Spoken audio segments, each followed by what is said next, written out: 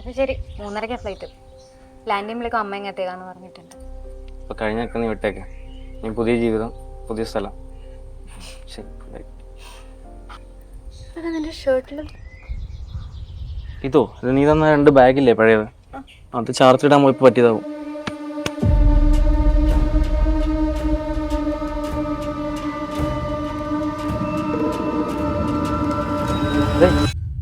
എന്ത് നോക്കി നിൽക്കുക? പോട്ടെ.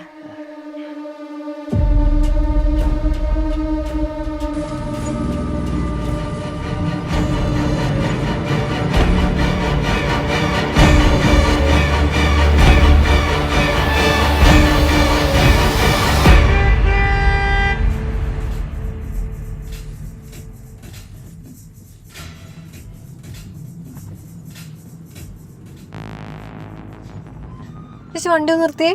എന്താടി ചേച്ചി വണ്ടി ഒന്ന് നിർത്ത്. എന്താ ഗൗരി? ചേച്ചി നോക്കിക്കേ.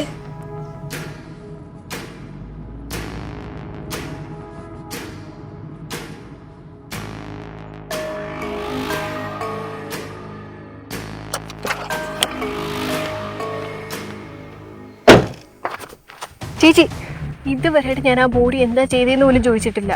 ഇനിയെങ്കിലും ഒന്ന് പറ.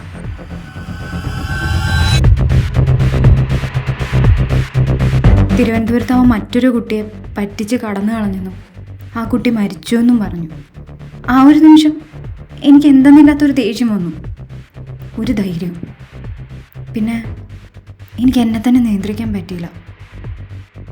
നമ്മുടെ പഴയ തറവാട് വീടിന് പുറകിലുള്ള റബ്ബർ തോട്ടത്തിലിട്ട് ആ ബോഡി ഞാനങ്ങ് കത്തിച്ചു.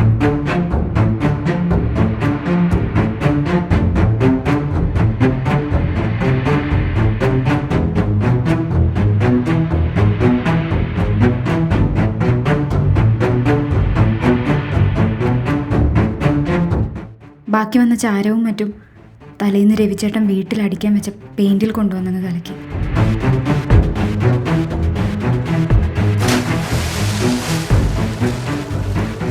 പിറ്റേന്ന് പണിക്കാരാ പെയിന്റ് നമ്മുടെ വീടിൻ്റെ ചായ്പിനടിച്ചു. ആ പെയിന്റിൽ നിന്നും അവൻ്റെ DNA ഒന്നും ശാസ്ത്രീയമായിട്ട് കണ്ടെത്താനാവില്ലെന്ന് ഞാൻ ഉറപ്പുവരുത്തി. പിന്നെ ബാക്കി വന്ന കുറച്ച് എല്ലും കഷ്ണങ്ങൾ അത് ഞാൻ ആലുവ പുഴയിലൊഴുക്കി.